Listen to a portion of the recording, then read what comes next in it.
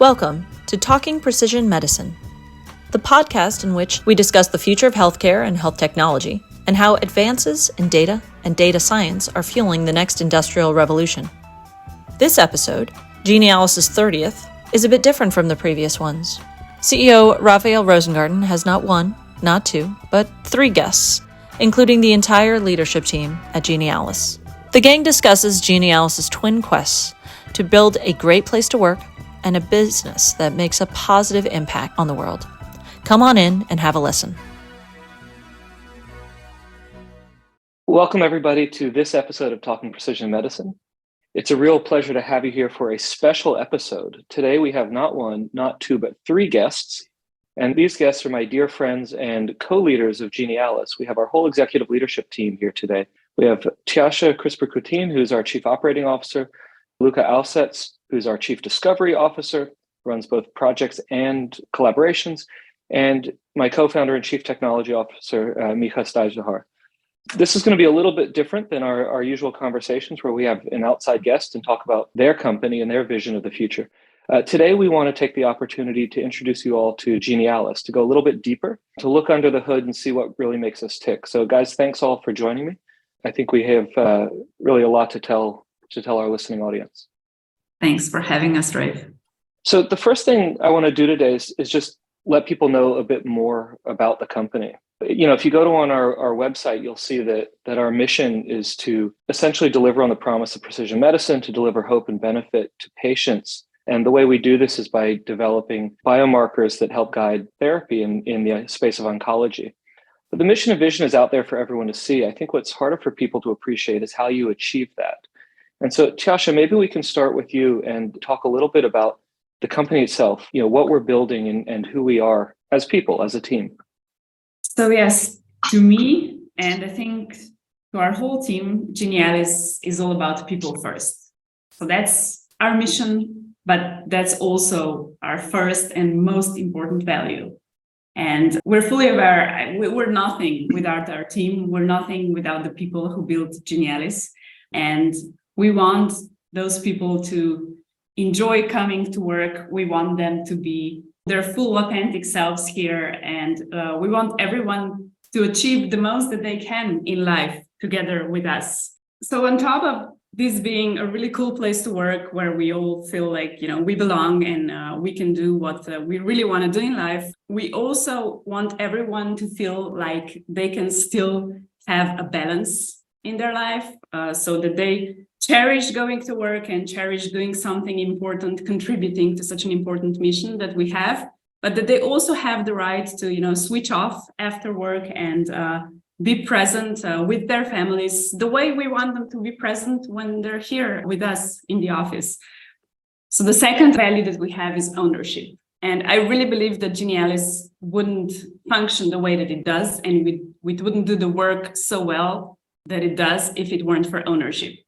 Because we are a remote-first company. We have been for a while, even before COVID. And, you know, that requires a lot of ownership from everyone. It requires the managers to be able to trust their team members. And it requires every person on the team to know what their responsibilities are, to be able to make their own decisions and, you know, take responsibility for what they do. And that way we can all work together so well, even if we're not in the same place, even if nobody's micromanaging anyone, and we can just trust each other to get stuff done. And this is how we do work here. And I think this is a very important part of how we can be successful. It's just that we trust everyone and we rely on that trust and we get everything done. The next thing that is also very important is constructiveness.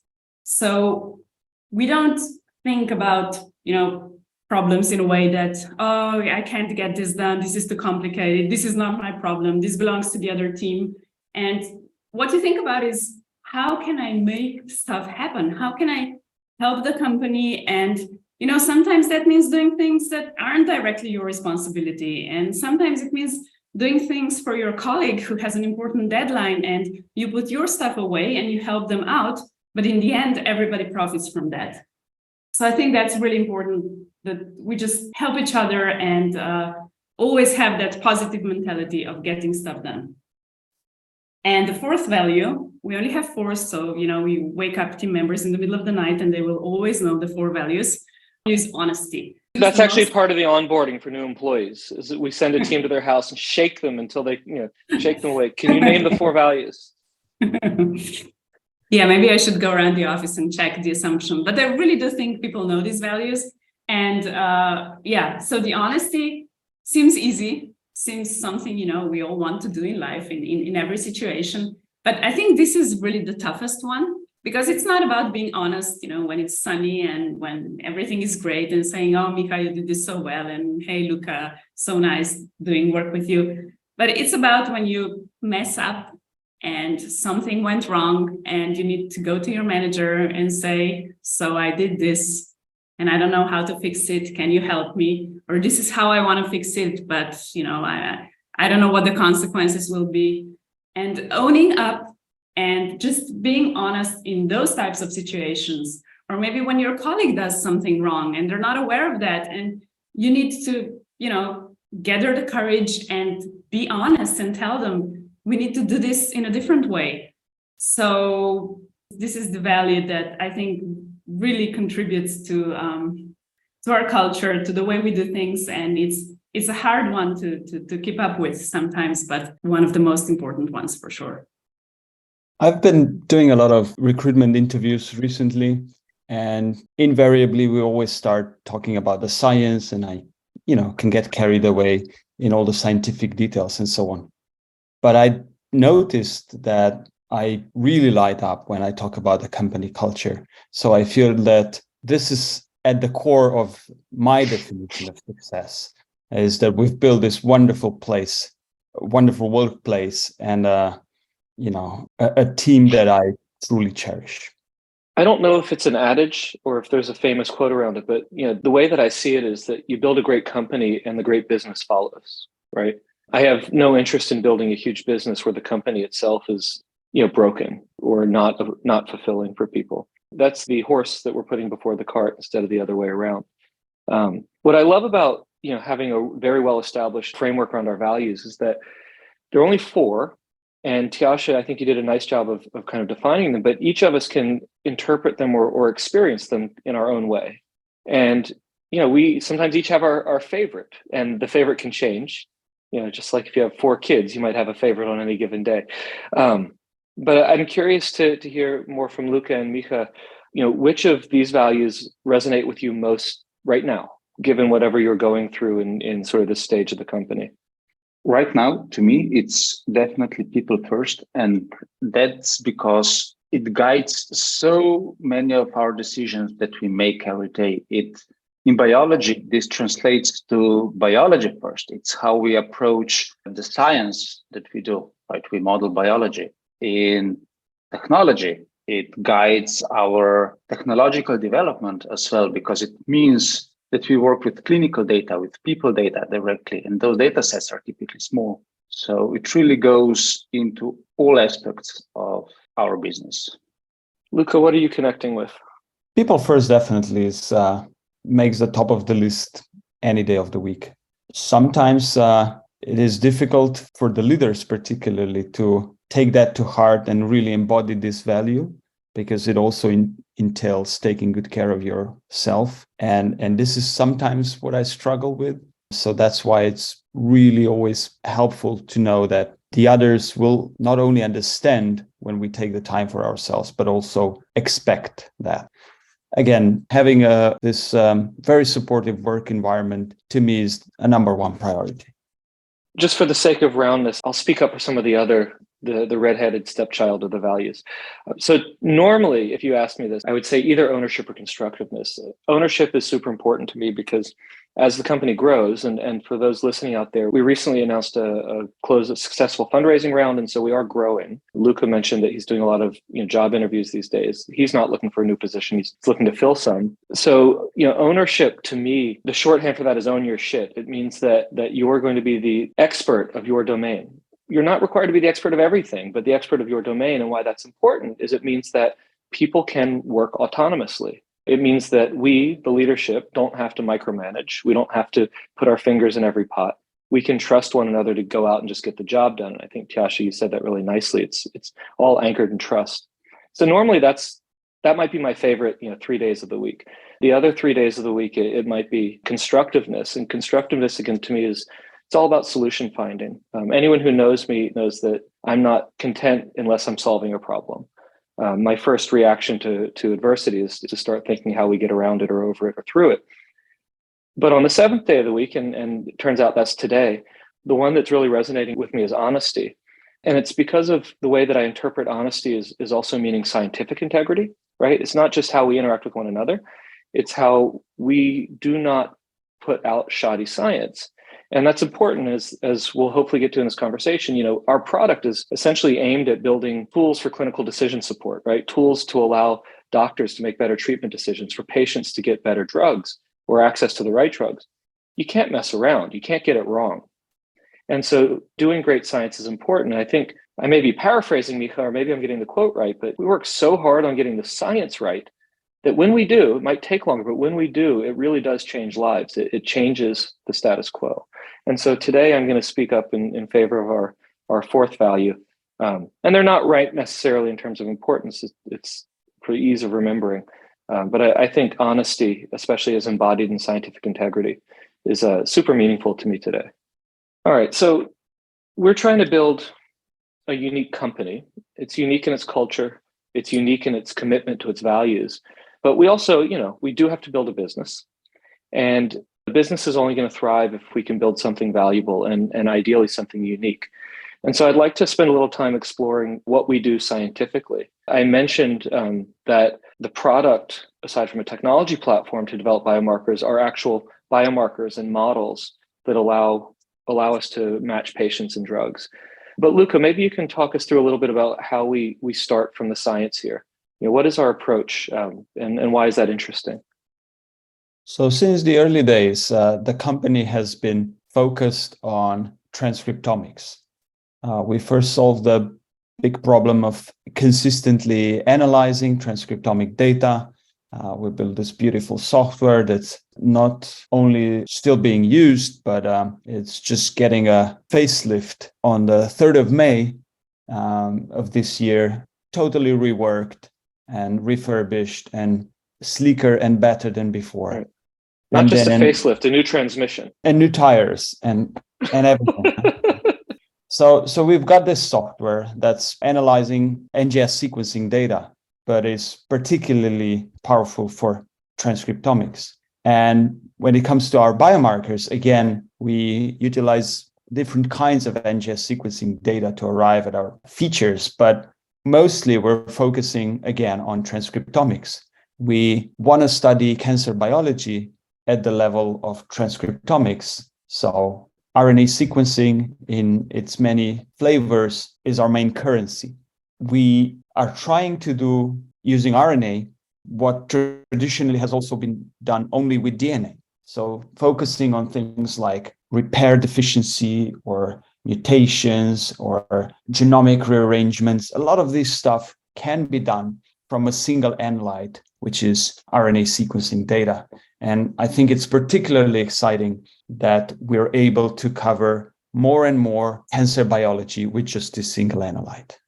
So Micha had mentioned, this idea of biology first as a derivative of our people first philosophy is the way we tackle modeling. Luca, maybe you can comment a little more on what it means to be biology first, practically, not theoretically, and why that's important. What's the alternative to being biology first? So I'll start by explaining our typical interaction with a prospective customer. We frequently work with small, medium-sized pharma that approach us when their phase 1 trial has completed. They know the drug is safe to use in humans. They're very happy about the 3 responders in a dozen or so patients that they've tested the drug on, and they want to know what we can model using that data. The answer is not much, because who knows why the 3 people responded. But we can set up the biological context that describes these and other patients. And to do that, we can start using publicly available data, orthogonal data with outcome to, similar drugs and things like that. So to set up the phenotypes that will later turn out to correspond with response. So in this way, we truly start with the biology, with the biological hypothesis, rather than in a completely data-driven approach. This has an added benefit that it has a nice biological story to it, which everybody loves, from the translational scientist to the clinician to the health regulator.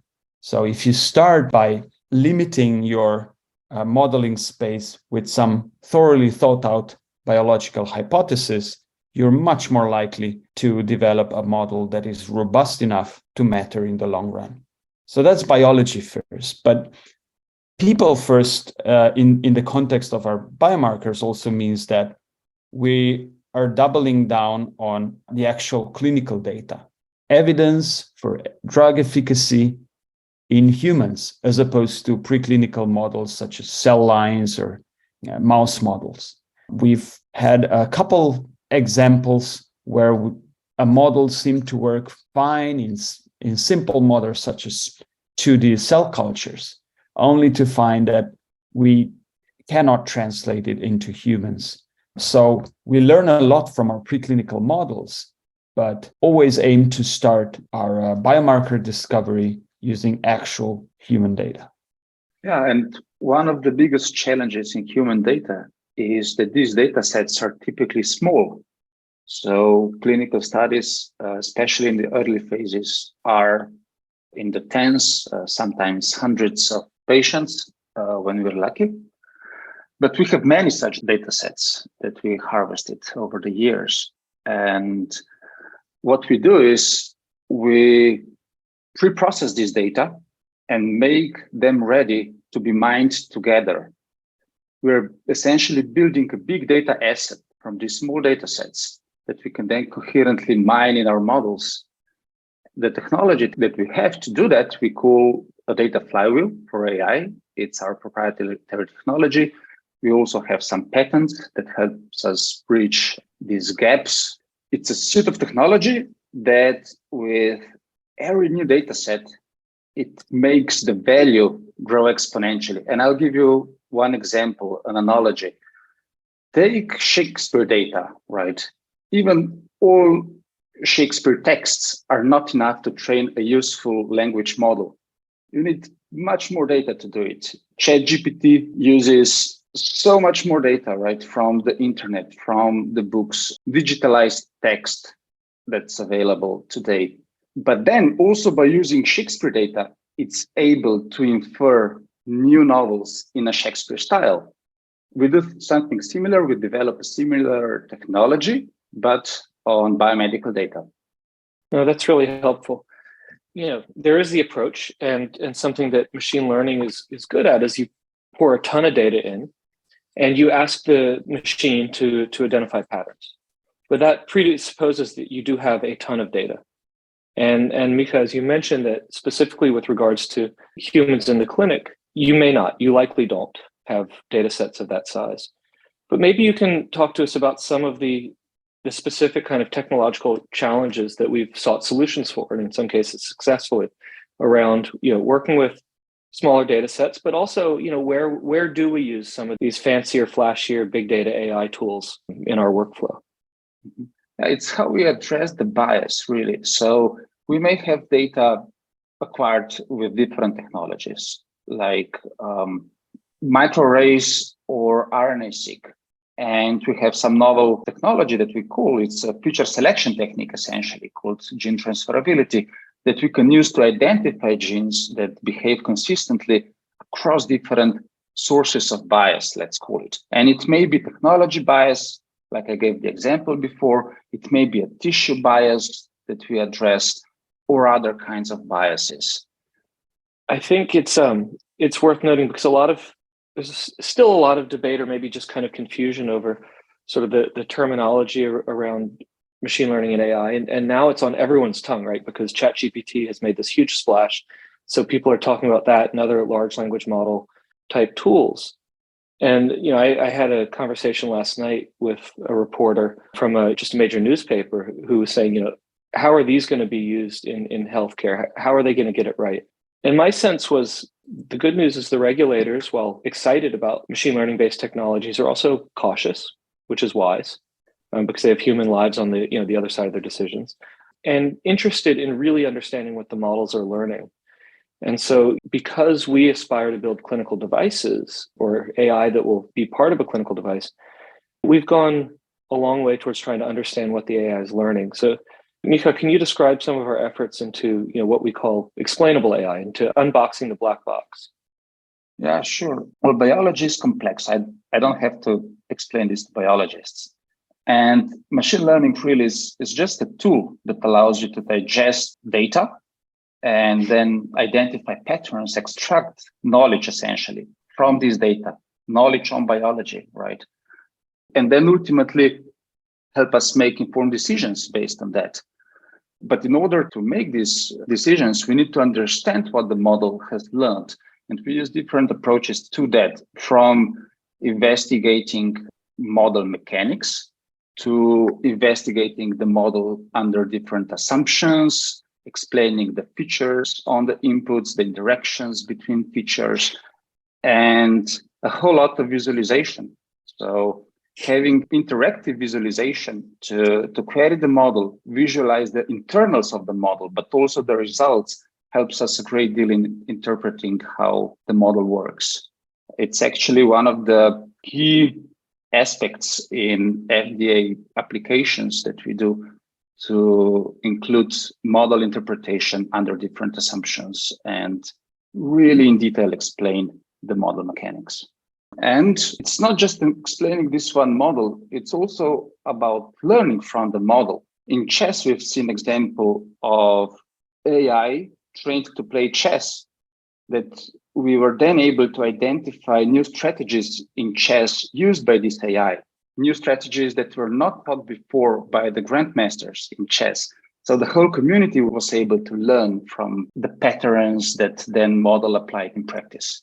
No, I think that's super important. And I want to kind of shift gears a little bit and maybe even zoom out to why is this kind of work important in the first place? Why do we focus on what's collectively known as precision medicine, building tools to help guide therapies to patients? The sad truth is that most new medicines in development are going to fail to get clinical approval, even if they're good medicines for some people, because they're not good enough for everybody. And I think we're not likely to find a silver bullet medicine that's going to cure all of cancer or all of neurodegenerative disease, right? It's going to be a lot of medicines that need to be personalized based on individual patient biology. One of the challenges with kind of the state-of-the-art diagnostics today, so if you have a tool that says, all right, this patient should get drug A or should not get drug A, if the answer is negative, if the answer is that patient should not get drug A, very rarely does the diagnostic tell you what you should do. So in other words, you get a yes or no answer where the yes is interesting and informative, and there's an action item, but the no is not very interesting. The no doesn't tell you much. And because of our ability to really unpack our models and have models that describe the biology, as Mika and Luca, you've explained so well, I think in our hands, the no answer is also really interesting and informative, right? Because we can go back and learn something about the biology of the patients and potentially point them in the direction of another therapy. So, Luca, I'd love to hear a little bit of your experience as we've tackled problems in different cancer settings for different kinds of drugs. How do you take oncology as kind of a therapeutic area to work in? Why is it worthwhile, but also, why is it particularly hard? I've been speaking with clinicians a lot lately. And as a scientist, I'm truly baffled by how little we know about the drugs that we're administering to our patients daily. You might have blockbuster drugs that have been on the market for 20 years. That are tackling some basic biology. And, sometimes they work and sometimes they don't. And nobody knows why. And sometimes they work better if you give them in combination with a chemotherapy, but nobody knows why, or which patients would actually benefit from a combo versus just a chemo alone versus a particular drug. And clinicians freely admit that often this is a coin toss decision that they make using their intuition that has been honed through decades of clinical practice, rather than through some scientifically discovered decision tree. which is really mind-boggling. How is that even possible? How have we not been able to accumulate the world's clinical knowledge to drive better decision in a more data-driven way? So if you've attended any cancer-related conference in the last couple of years, everybody has their mouths full of precision medicine, but we're still such a long way from actually applying that, even to basic treatments, right, like radiation and chemotherapy. So I think this is scientifically a very exciting area of research that has an enormous impact on the lives of people. So I find a lot of personal satisfaction to be able to work in the area. Yeah, me too. I mean, I think it's important for the audience to remember, oncology or cancer is not one disease. It's loads of diseases. And the true fanatics about personalized medicine might even tell you that cancer is as many diseases as you have patients, right? That each patient's disease really is their own. But to Luca's point, what we can do is try to generalize those patients into an actionable number of groups where we really understand what's specific about their disease and what's treatable about it.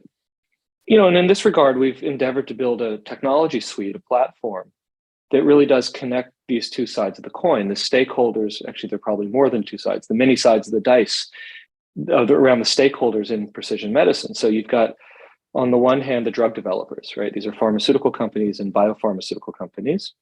And on the other, the diagnostics companies, who are the ones who will actually develop assays and commercial tests from biomarkers. And of course, there are other stakeholders like payers and providers, clinicians, even investors. And what we're trying to do is to build a platform that can provide solutions ultimately for patients, but through all of these different avenues that can help drug companies get drugs to market successfully. It can help diagnostics companies build their products to make sure drugs are being delivered to the right patients. For clinicians, we want to be able to give them answers, and likewise for patients.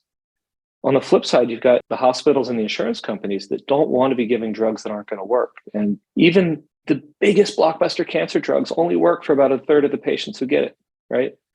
And so that leaves a lot of patients who are taking medicine that costs a lot of money and makes them sick. And the last category around investors, pretty tumultuous right now in the market, but we need to think about where we put our R&D dollars, and we should probably do it in a smarter way.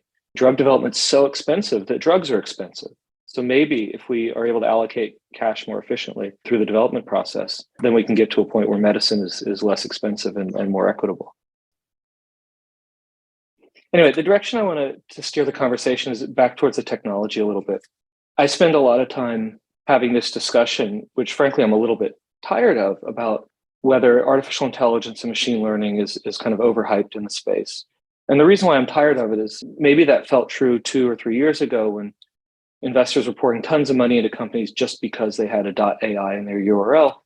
But now it's becoming pretty clear that these technologies have substance. They are tools, not silver bullets, right? They're tools that we use. But I think, Micha, especially, coming from the tradition, the academic tradition you do, been trained formally and having a PhD in artificial intelligence from a really wonderful computer science faculty in Slovenia, which happened to be, one of the places where machine learning, as we know it today, grew up. Maybe you can talk a little bit about how you think about applying these tools, where you think machine learning is especially good, when simpler approaches or maybe more traditional approaches are necessary, and kind of how that fits into Genialis's overall data science strategy. So I talked a bit about data flywheel and data management, pre-processing, and so on, but we really address the whole model lifecycle, right? And we do that through implementing good machine learning practices. Scientists, especially in the academic setting, would usually spend a lot of time experimenting with the models, tweaking the models, making them run better, inventing the algorithms. But we go one step further here in Genialis. We wanted to take that science that we developed in the lab and to make it ready for production. But innovation is important to us still, right? And what we do is we partner with academic partners and we form collaborations. One example is with the Faculty of Computer Science in Slovenia, where we provide more the application side and validation of the models that they would develop to bring science to patients, essentially. No, that's super helpful. So, Luca, I mentioned that our core product today is this platform that connects the stakeholders. It connects the pharma side to the diagnostic side, and in the future to these other groups. But maybe, since this falls in your wheelhouse, maybe you can give us a bit of a sneak peek at what our future products might look like, going beyond the platform, but to more of a traditional sense of the word product. Yeah, in the past couple of years, our business model has been to work with pharma companies and develop biomarkers that follow their clinical assets, that follow their biological hypothesis. I'm very happy that we now have the means to actually apply the same approach to biomarker development to developing our own biomarkers according to our own ideas about the cancer biology. And I hope that in a couple of years from now, we'll be able to launch our wholly owned biomarkers to the market and then partner them with interested pharma for prospective validation and ultimately diagnostic device development. So this will be going from a sort of a general platform to very specific biomarkers.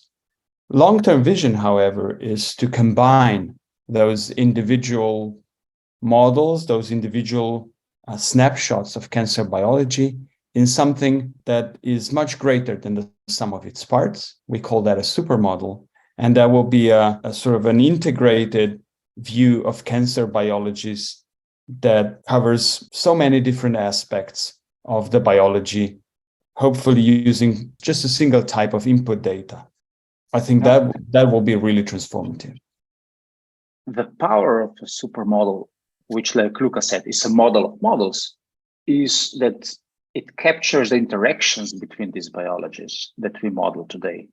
Yeah, I think this is super important because it's an exciting time to be a drug developer, especially in all disease areas, but in oncology, we have a whole bunch of relatively new or novel chemistries that are allowing us to drug disease with more specificity than ever before. And here I'm thinking like antibody drug conjugates, where you have a chemical warhead attached to an antibody that guides the warhead right to the cancer cell. Right, that should work great. And some of them work well, but none of them work great. Likewise, you can have protein degraders that home in on misregulated genes and proteins in the cells and that are specifically misregulated in the cancer cells and degrade them.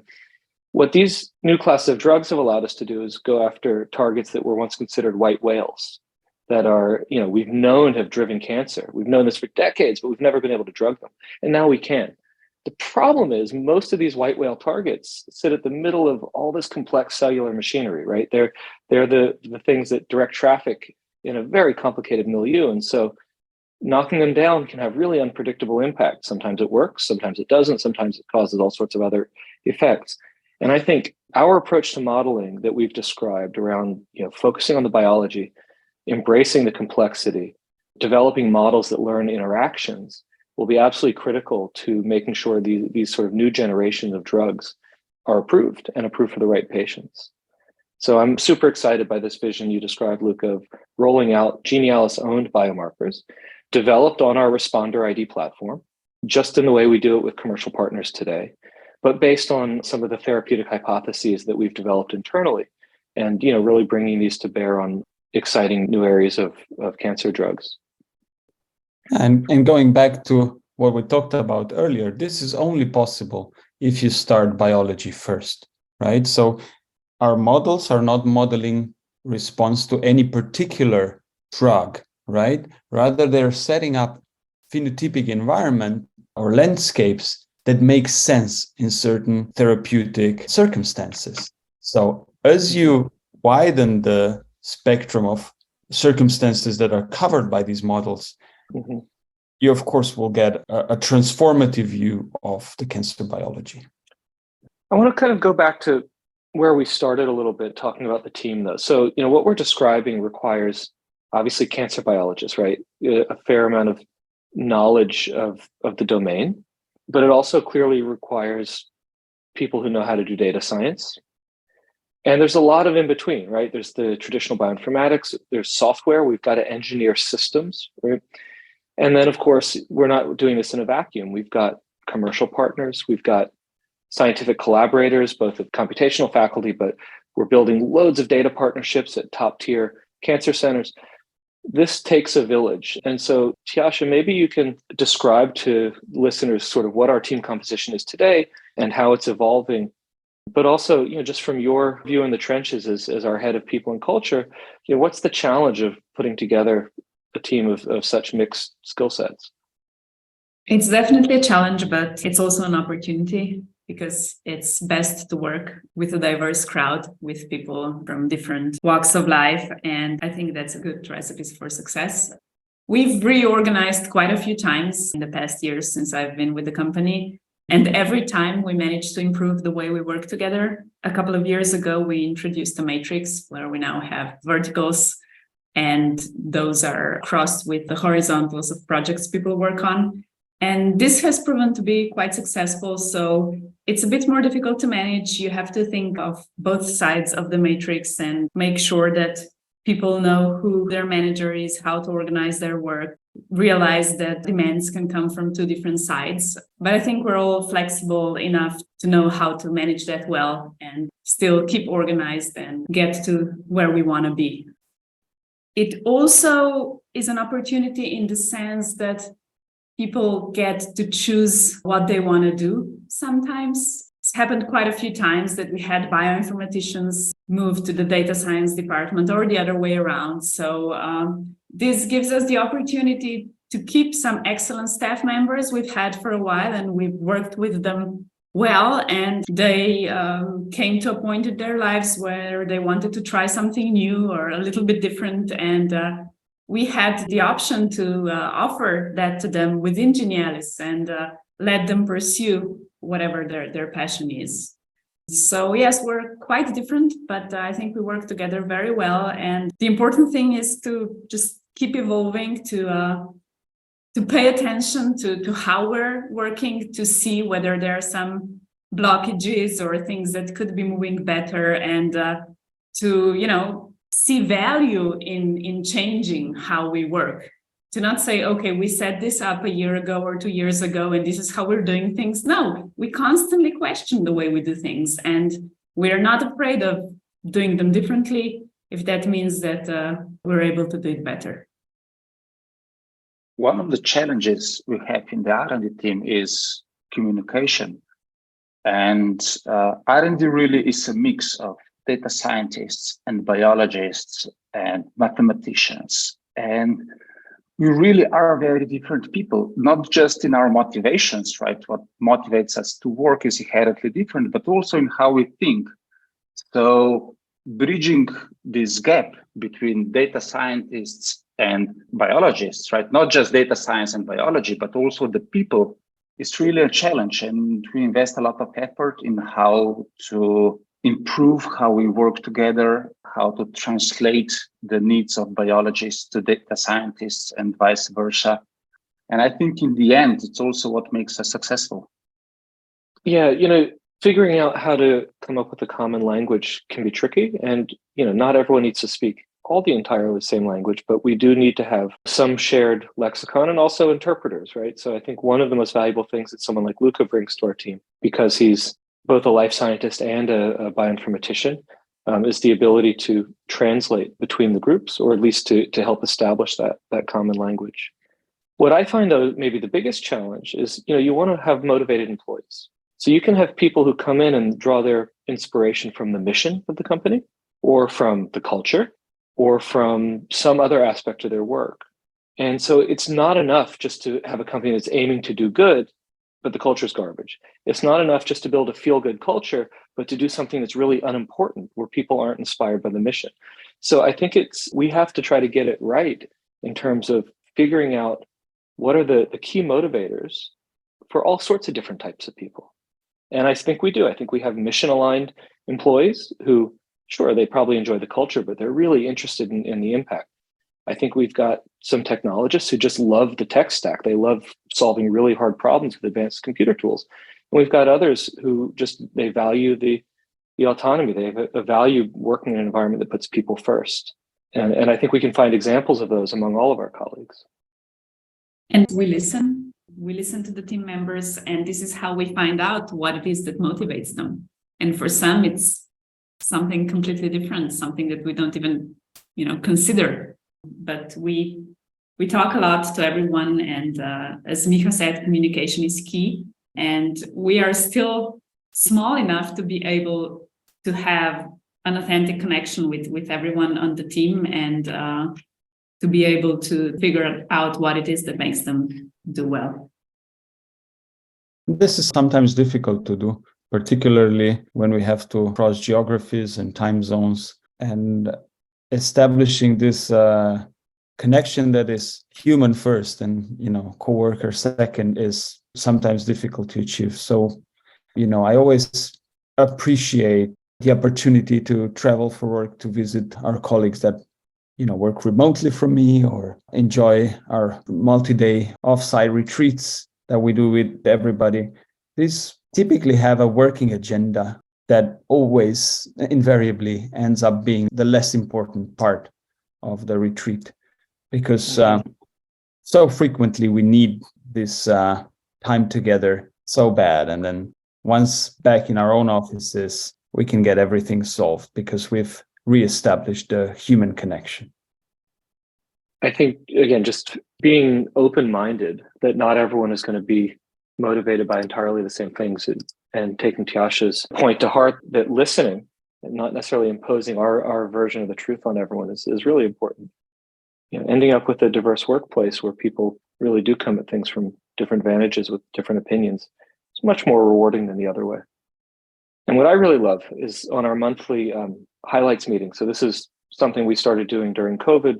We have a monthly all hands call, and some people are in the office and others Zoom in.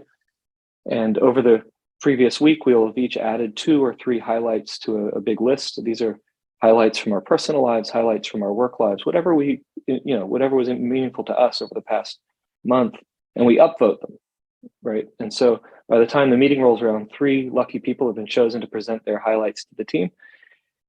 And what strikes me every time is that I'm surprised. I'm surprised by learning something new about a teammate, about a talent they have, an interest they have, about seeing the passion that each person has for something totally different than anything I've thought about before. And that's just literally, it's the biggest joy I get from some of these interactions, is just seeing how rich the lives are of the people we work with. And I think we're a bit unique in that respect. I haven't yet spoken with anyone at any company that has that sort of a meeting. And when I onboard people, they're really surprised to hear about highlights. And they say, so the whole company gets together to listen about mostly informal things, personal stuff for like an hour or 2. That's a lot of time. And you write the document, and then people take time to prepare the presentations, and it just seems like a big investment, but it's an investment that's really well worth it. Not just during COVID when we were all scattered, to our homes, but even now we do try to take time and, have a bit of a chit chat at the beginning of every meeting, and then talk at the office. But still, even the people that I see regularly surprise me as well, the same as Rafe mentioned during the presentations. And it's just really precious to be able to get to know people better, and that just makes it so much easier to collaborate. And similarly, we had a family and community picnic just a few weeks ago. Taking the time out of our days to, organize that, it felt like, oh, do we even have the time for this? I mean, we're just going to hang with people and their families for a couple of hours. It's not going to be anything special. But, as soon as people got there and the crowd grew bigger and the conversations went alive and kids started playing football, and then the adults joined them, and it's just the atmosphere and the feeling that you get from that just motivates you to get back to the office the next day and do something together, because people do become friends. I really hate it when people talk about companies as families. I think that's wrong. If they're telling you you're part of the family, it's not supposed to be family. But friends is who we are mostly. And by also incorporating family members into our events, it just connects us in a different way. And it's always such a pleasure to, get to know their significant others and get to know their lives outside of work. And it fills us with motivation and energy. And it's something I cherish about this place. Yeah, and this personal connection is also a driver of productivity in the end, right? It's like being a grad student in a small lab and you connect with your peers and you bounce ideas to advance your science. Now we try to apply that to the whole company so that the whole company gets more connected. You do work also just in informal conversation with your colleagues at lunch, right? And sometimes it's the most efficient way of aligning on certain issues that would otherwise not come up. Yeah, I think we could probably talk about this culture building aspect for a while, but I want to go around the horn and just finish up with hot seat questions, 15, 30 seconds, a minute, no more, on what your real goals are through your eyes for the company and yourself in the next 2 to 3 years, but also what we're trying to achieve in the long term. Just some vision out on the horizon of what you'd like to look back 10 years from now and say we got done. I could go first. I would really like to advance our cancer models. I think we've got some pretty neat ideas right now, both, just technological innovation as well as new insights into cancer biology. And I think if we manage to put that together the way it now seems possible, the future will be very bright for us. I'd like to see that come to life over the course of the next 2 to 3 years, and then just do more of that in the years to come to build an ever grander picture of cancer biology. As a scientist, to me, that is quite inspiring. Yeah, so today we build models that model different aspects of human biology, and we validate these models in a regulatory setting and we deliver them to clinical practice. But we have already started building this supermodel, a model of models, right? And in 10 years' time, I would like to see that grow. I would like to see it cover the hallmarks of cancer, to harvest the interactions between these hallmarks, and to put that to practice to inform precision oncology, which ultimately would guide clinical practice. So to me, as always, it's about people and culture. And even though Rafe said, we've heard a bit about that, I still want to mention that for me, the biggest goal, the biggest challenge is to preserve the culture that we have as we grow from a startup to maybe a scale up, as we grow from 30 people to 100 to a few hundred, that we manage to preserve our authenticity and manage to stay efficient and manage to keep Genialis as it is, in the sense that it's an amazing place to work, and to keep the authenticity and the fun that we have together. I want us to be able to preserve the fun and do so even as we grow into this huge, successful company and as we IPO, as we go for the stars.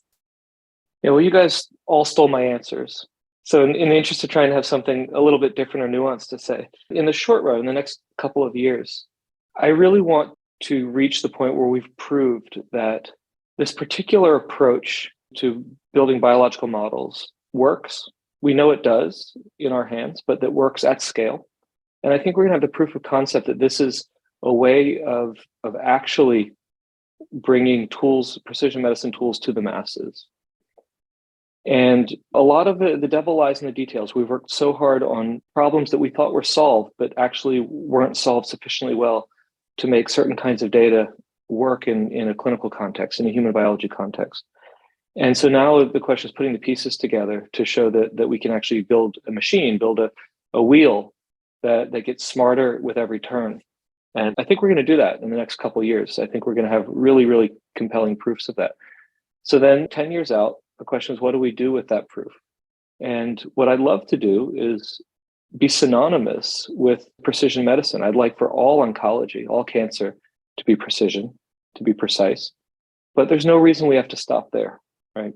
This approach to thinking about the fundamental biology underlying disease and to capturing that using the most sophisticated computational tools at our disposal, that will work everywhere. I think we're standing at an inflection point where these AI-based technologies are really about to take the world by storm, for good, mostly, maybe for bad in some contexts.